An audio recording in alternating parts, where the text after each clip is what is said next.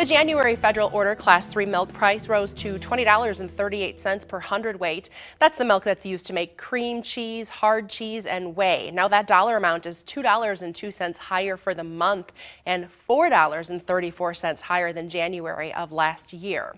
New data shows 2021's average was right around $17, and that price peaked in May. So is this a sign of things to come in the year ahead? And what role do revenue protection plans play when all of these prices are strong? I spoke to a dairy expert for his take. It's going to be a good year for milk prices.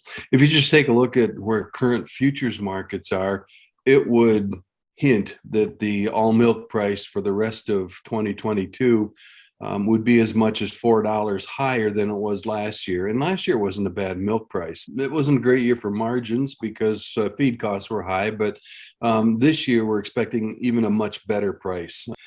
This is a time, I think, for dairy farmers to just try to grab or secure some of those profits, and you can do that through risk management.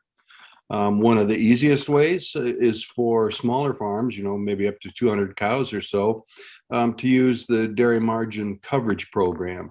That's an insurance type program and it's available through the Farm Service Agency. But boy, it's a good basic coverage for a lot of people. If you want to try to grab what futures markets are suggesting, there's a lot of ways to do that. You can do it with a broker.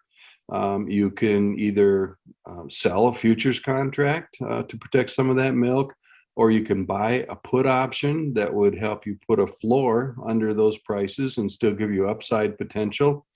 You can use other programs that are available through the Risk Management Agency of USDA, like a Dairy Revenue Protection Program or Livestock Gross Margin programs.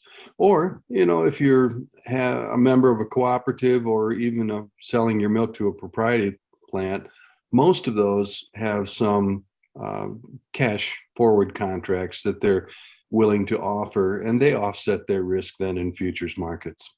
When we hear about the cost of inputs, fertilizer, chemical, seed, the unknowns there, is that part of why we need to be looking at our overall protection?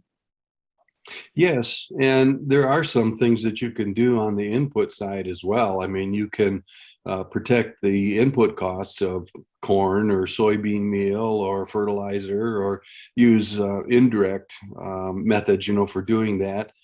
So you can come closer to protecting those things. Now, some of the costs that we also expect are increasing in this inflationary environment, maybe things like labor, and that's harder to protect against. Although there are investments you can make in capital to simply say, I'm going to take some of my labor out of the business and I'll have automation, that provides things like milking or feeding or that type of thing. When we hear about these strong milk prices, is there a cautionary tale at all woven in here, or are you hoping this is a good year for producers? Well, it is, I think, going to be a good year for producers, but my cautionary tale would be just to say, look, at the fourth quarter of 2019, we had futures markets again at that time that were forecasting pretty good year ahead. And so a lot of producers decided to forego enrollment in programs like that Dairy Margin Coverage Program, because why spend 15 cents, a hundredweight, if we weren't likely to have payments? Yeah, risk management is not about making more money. In fact, in the long run, it usually is going to cost you something to be involved in risk management, a little bit. But what it's really all about is that you protect yourself from the downside of a really bad outcome. Cheese consumption